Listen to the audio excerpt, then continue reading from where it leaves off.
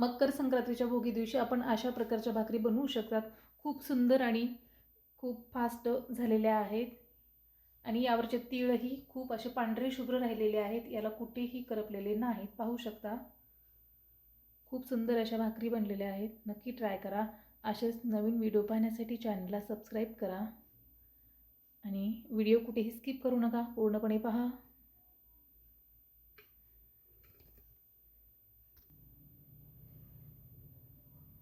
नमस्कार. आज आपण बाजरीची भाकरी बनवणार आहोत. त्यासाठी आपण ही बाजरीचं छान असं दळून पीठ आणलेलं आहे. आता हे गाळून घेऊया.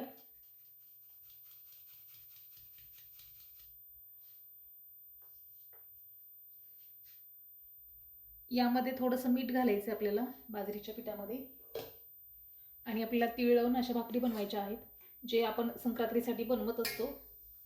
संक्रांतीच्या भोगीसाठी हे पाणी घ्यायचं, असं थोडं थोडंसं सुरुवातीला घालायचं. एकदम जास्तीचं पाणी घालायचं नाही, कारण हे पीठ असं रिया केल्यासारखं होतं, जेणेकरून एकजीव होणार नाही. मग असं पीठ छान मळून घ्या.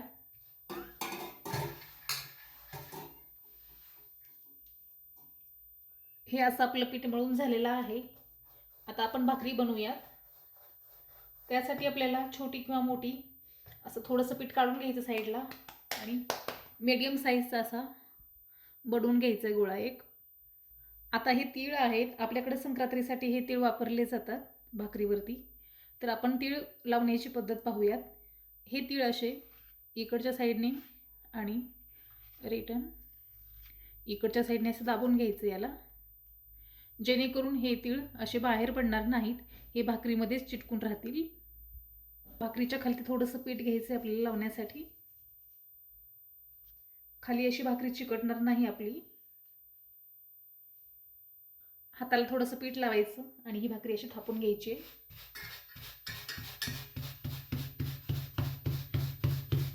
पाहू शकता तीळ हे असे कुठेही बाहेर पडणार नाहीत, यामध्ये चिकटून राहतील.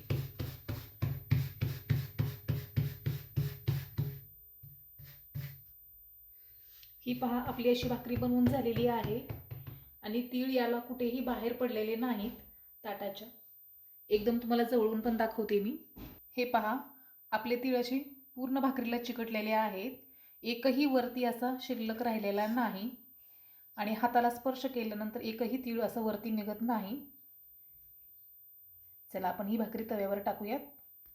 आता आपण ही भाकरी तव्यावर टाकूयात आणि मागच्या साईडलाही पाहू शकता कुठेही तीळ असा वरती आलेला नाही.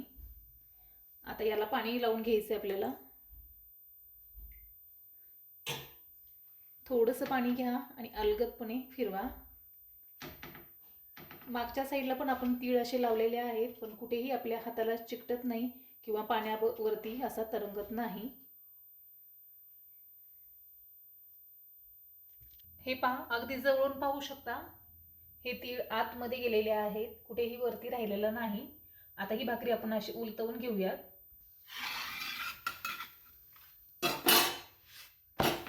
पाहू शकता कसले तीळ असे पांढरे शुभ्र झालेले आहेत, एकही असा करपलेला नाही. मागच्या साईडने ही भाकरी आपली भाजून झालेली आहे, पाहू शकता. आता ही तव्यावरती अशी घालायची. ही पहा आपली भाकरी अशी पूर्णपणे फुगलेली आहे.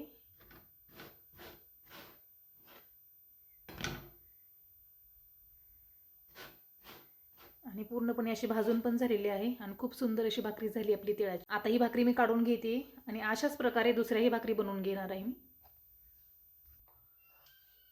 ही आपली दुसरी पण भाकरी बनवून झाली. आता याला पण पाणी लावून घेऊया.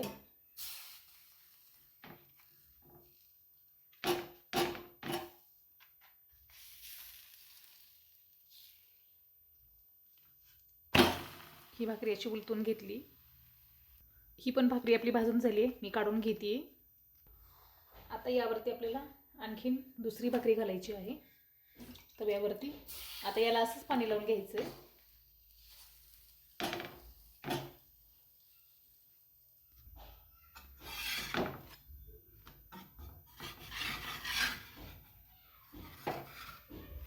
ही अशी उलटवून घ्यायची.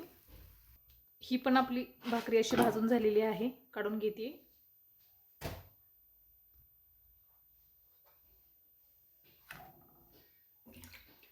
याला पण पाणी लावून घ्यायचं आहे आपल्याला.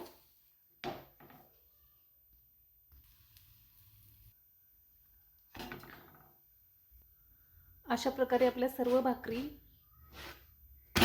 तयार होत आहे. अगदी आपल्याला भोगीच्या दिवशी 5 किंवा 7 भाकरी लागतात सुवासिनीसाठी, त्यामुळे आपण अशा मीडियम साईज बनवलेल्या आहेत. पाहू शकता ही भाकरी आपली तयार झाली. आता ही काढून घेते मी. आता यावरती आणखीन थोडंसं पाणी लावूयात आपण.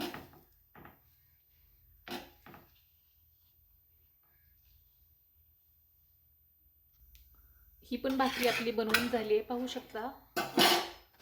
तर ही काढून घेते मी. पूर्णपणे छान अशी कडक भाजलेली आहे.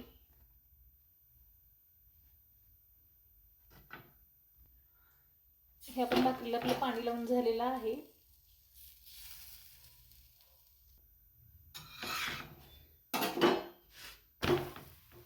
पाहू शकता कसले पांढरे शुभ्र तीळ वरती आलेले आहेत. ही पण भाकरी आपली भाजून झालेली आहे, पाहू शकता.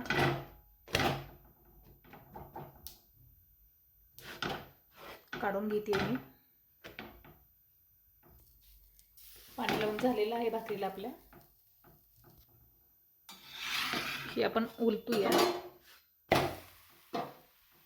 पाहू शकता ह्याही भाकरीचे असे पांढरे शुभ्र तीळ झालेले आहेत आणि वरती एकही आलेला नाही, पूर्ण आतमध्ये तीळ गेलेत.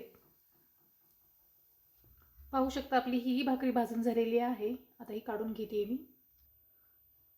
इकडे आपल्या पूर्णपणे भाकरी बनवून झाल्यात, पाहू शकता कसल्या सुंदर झालेल्या आहेत.